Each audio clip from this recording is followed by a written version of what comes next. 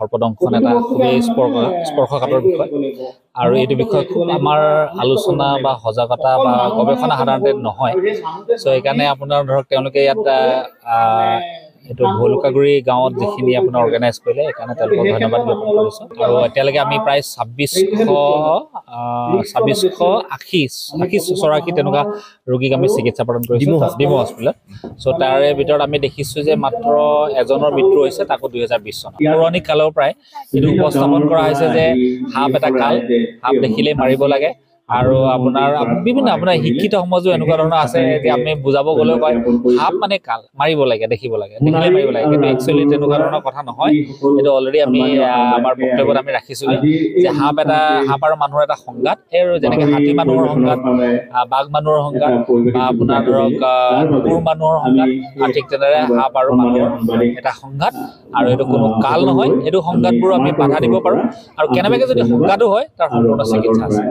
তাৰ কাৰণে এটাই অনুৰোধ, তৎক্ষণাত হস্পিটেলত আহিব লাগিব, বান্ধিব নালাগিব, দংশন অংশটো বান্ধিব নালাগিব, লৰচৰো নকৰিব যিমান পাৰি। আৰু যেনেকে আপুনি চুপি নিদিব, ব্লেড নামাৰিব আৰু নুধুব। সৰ্পদংশন হ'লে কেতিয়াও নুধুব, নোধোৱাকৈ হস্পিটেলত আহিব লাগিব।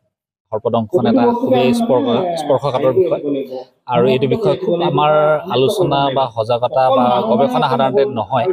চ' সেইকাৰণে আপোনাৰ ধৰক তেওঁলোকে ইয়াত এইটো ভলুকাগুৰি গাঁৱত যিখিনি আপোনাৰ অৰ্গেনাইজ কৰিলে সেইকাৰণে তেওঁলোকক ধন্যবাদ জ্ঞাপন কৰিছোঁ। আৰু এতিয়ালৈকে আমি প্ৰায় ২৬৮০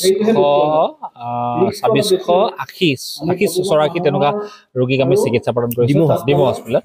চ' তাৰে ভিতৰত আমি দেখিছোঁ যে মাত্ৰ এজনৰ মৃত্যু হৈছে, তাকো ২০২০ চনত। পৌৰাণিক কালৰ পৰাই এইটো উপস্থাপন কৰা হৈছে যে সাপ এটা কাল, সাপ দেখিলেই মাৰিব লাগে। আৰু আপোনাৰ বিভিন্ন আপোনাৰ শিক্ষিত সমাজো এনেকুৱা ধৰণৰ আছে যে আমি বুজাব গ'লেও কয় সাপ মানে কাল, মাৰিব লাগে, দেখিব লাগে, দেখিলে মাৰিব লাগে। কিন্তু একচুৱেলি তেনেকুৱা ধৰণৰ কথা নহয়।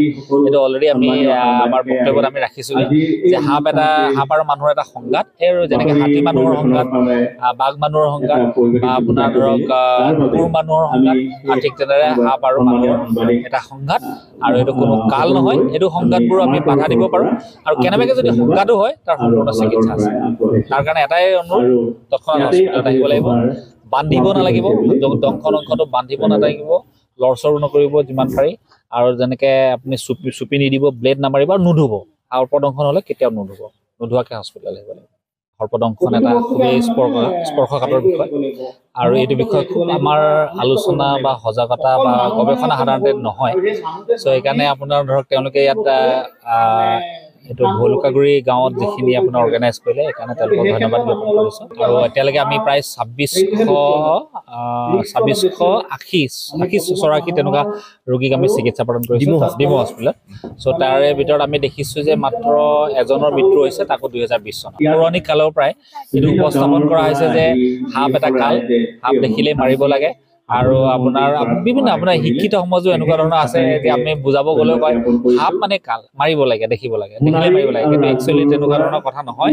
এইটো অলৰেডি আমি আমাৰ বক্তব্যত আমি ৰাখিছোঁ যে সাপ আৰু মানুহৰ এটা সংঘাত। আৰু যেনেকে হাতী মানুহৰ সংঘাত, বাঘ মানুহৰ সংঘাত বা আপোনাৰ ধৰক কুকুৰ মানুহৰ সংঘাত, ঠিক তেনেদৰে সাপ আৰু মানুহৰ এটা সংঘাত। আৰু এইটো কোনো কাল নহয়, এইটো সংঘাতবোৰ আমি বাধা দিব পাৰোঁ। আৰু কেনেবাকৈ যদি সংঘাতো হয় তাৰ সম্পূৰ্ণ চিকিৎসা আছে।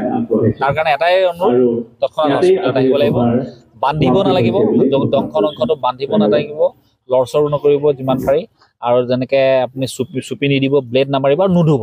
সৰ্পদংশন হ'লে কেতিয়াও নুধুব, নোধোৱাকৈ হস্পিটেলত আহিব লাগিব।